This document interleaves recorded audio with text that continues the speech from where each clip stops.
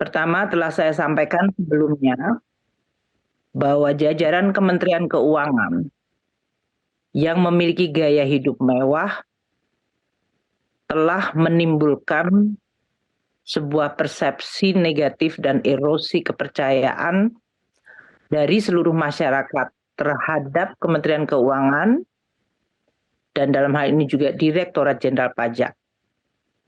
Ini menimbulkan pertanyaan yang sangat serius, legitimate dari masyarakat mengenai dari mana sumber kemewahan itu diperoleh.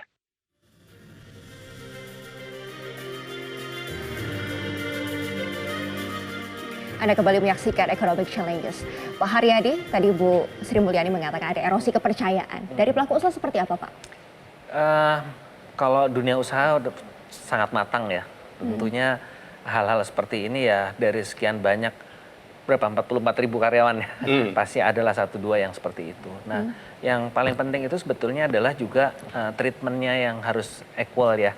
Karena kalau kami melihat, kalau di kita nih wajib pajak nih, kalau ada perubahan harta aja, wah itu udah ininya investigasinya rada panjang gitu kan. Nah, jadi kita berharap juga harusnya di Fiskes juga harusnya demikian. Jadi ini kalau kita mau mengembalikan, karena kan memang yang paling penting hubungan wajib pajak dengan Fiskes itu kan harus ada trust ya. Nah, trust ini dibangun. Nah, itu yang mungkin yang diharapkan, bukan mungkin ya, yang kita harapkan semua oleh masyarakat itu ke sana. Jadi harus ada equal treatment. Jadi karena kalau di kami itu jelas tuh kalau ada kenaikan harta pasti diusut, ini kamu dari mana, PPh-nya bagaimana dan sebagainya. Karena ini menyangkut masalah RAT tadi ya, Pak Mas Misbakun juga bilang kalau dia udah ikut TA juga harusnya udah nggak ada masalah gitu. Karena kembali lagi ya dilihat apakah waktu sesudah TA pergerakan hartanya gimana. Kami juga begitu, sesudah TA juga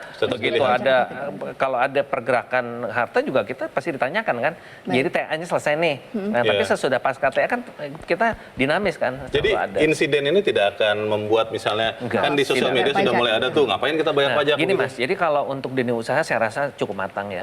Nah, yang mungkin sentimennya negatif itu adalah masyarakat umum yang memang mungkin ya kaum profesional ataupun pegawai negeri ya, ASN yang mungkin merasa kan Kementerian Keuangan paling tinggi tuh insentifnya dibanding yang lain kan. Nah, mungkin ini juga menjadi masalah. Tapi kalau dunia usaha kita meresponsnya lebih tidak bisa menyamaratakan begitu ya. Baik, Pak Ronsi, apakah kepercayaan publik yang tergerus ini akan mengurangi pendapatan pajak di tahun 2023? Baik, sebelum ke sana saya boleh bilang dulu bahwa komunikasi publik dari Kementerian Keuangan kali ini sangat buruk. Terlalu reaktif. Saya mengamini Pak Misbakun tadi mengatakan bahwa integritas dari seorang Sri Mulyani itu siapa yang ragukan. Kita semua mengapresiasi itu, bahwa dia orang berintegritas. Nah, pertanyaannya kemudian adalah kenapa ini dilempar dan menjadi isu yang sangat bombastis, melibatkan semua masyarakat di Indonesia. Ini kan genderang perang ditabuh oleh Kementerian Keuangan sendiri, melibatkan aparat dia sendiri. Sekarang direkturnya pun ditanya-tanya sama dia, tolong klarifikasi hartamu. Begitu ada kickback dari masyarakat, mereka kelabakan. Bagaimana dia membela karyawannya? Sekarang Ibu Menteri itu pada posisi yang dilema. Sekarang pegawai dari eselon 4 sampai ke-2 itu deg-degan. Karena seorang direktur saja, menterinya sudah minta diklarifikasi hartanya. Seorang dirjen? Iya, dirjen. Sekarang Pak Suryo kan ditanya. Jadi Pak Ronsi tetap memilih untuk kemudian seorang Menteri Keuangan diam saja, tidak bereaksi sama sekali, atau bagaimana? Maksud saya begini, Leo. Saya ambil contoh, kebijakan yang diambil oleh Dewan, DPR sekarang ini sangat anggun dan cantik. Apa itu? Mereka melihat dulu situasinya apa sih yang terjadi ini. Ya dong. Ada LHKPN, ada KPK, terus apa ada yang lain sama si ini tadi, Kurnia bilang. Betul nggak? Mereka tunggu dulu, jangan terlalu responsif. Jadinya dia latah. Kesan saya Kementerian Keuangan kali ini mungkin informasi dari stafnya atau apa sehingga menyebabkan ini menjadi gelinding kayak bola salju dan sangat liar. Baik. Nah, pertanyaannya kemudian apakah korelasi antara ini target penerimaan 2023 tercapai? Tercapai. Nah, pertanyaan lanjutannya lah, tercapai karena kepatuhan tidak?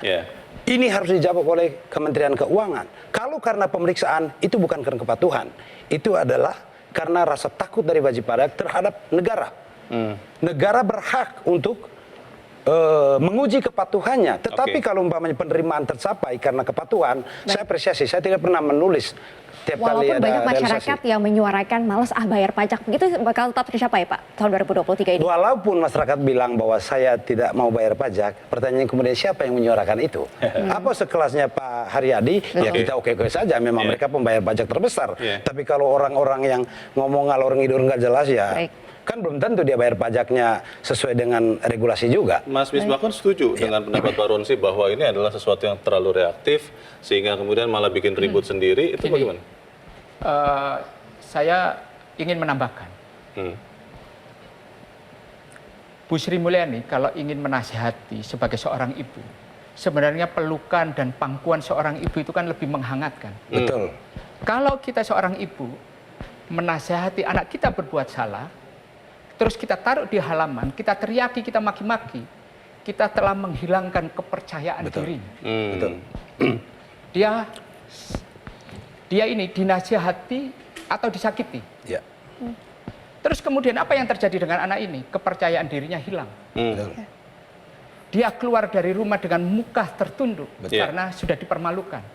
Dia masuk ke rumah dari gang, dia akan tertunduk masuk rumahnya. Karena apa? Dipermalukan. Tapi anak nakal Begini, ini kan sudah begini, diberikan anak nakal ini kan pemberitahuan, anak kita, sudah sama. diberitahu sebelumnya, sudah diberikan juga kenaikan gaji, tukinnya tadi luar biasa. Itu tetap bandel, seorang ibu tidak boleh menegur dengan keras. Boleh, tegur dengan keras. Hah? Menasehati bukan menyakiti. Hmm. Perlakukan dia. Kalau memang aturannya, tadi Mas Kurnia sudah menyampaikan. Kemana tahun 2000 itu? Oke. 10 tahun ini kemana? Itu.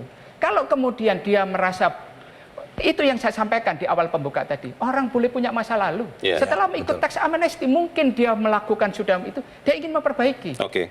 Ingin memperbaiki. Baik. Orang punya masa lalu, bukan berarti tidak boleh punya masa depan. Ya. Ada 44.000 orang yang punya integritas, kejujuran, profesionalisme, Oke. atau kepingin mengabdi kepada negara, yang harus kita jaga Ya. perasaan dan kepercayaan dirinya. Baik. Ingat, pajak ini manfaatnya kita sekolah gratis, Oke. bayar guru, kita bisa punya BPJS. 44.000 dikurangi 1 atau 3 atau 4 yang tadi 100 Mas atau Misbakun baik. katakan mungkin adalah busuk.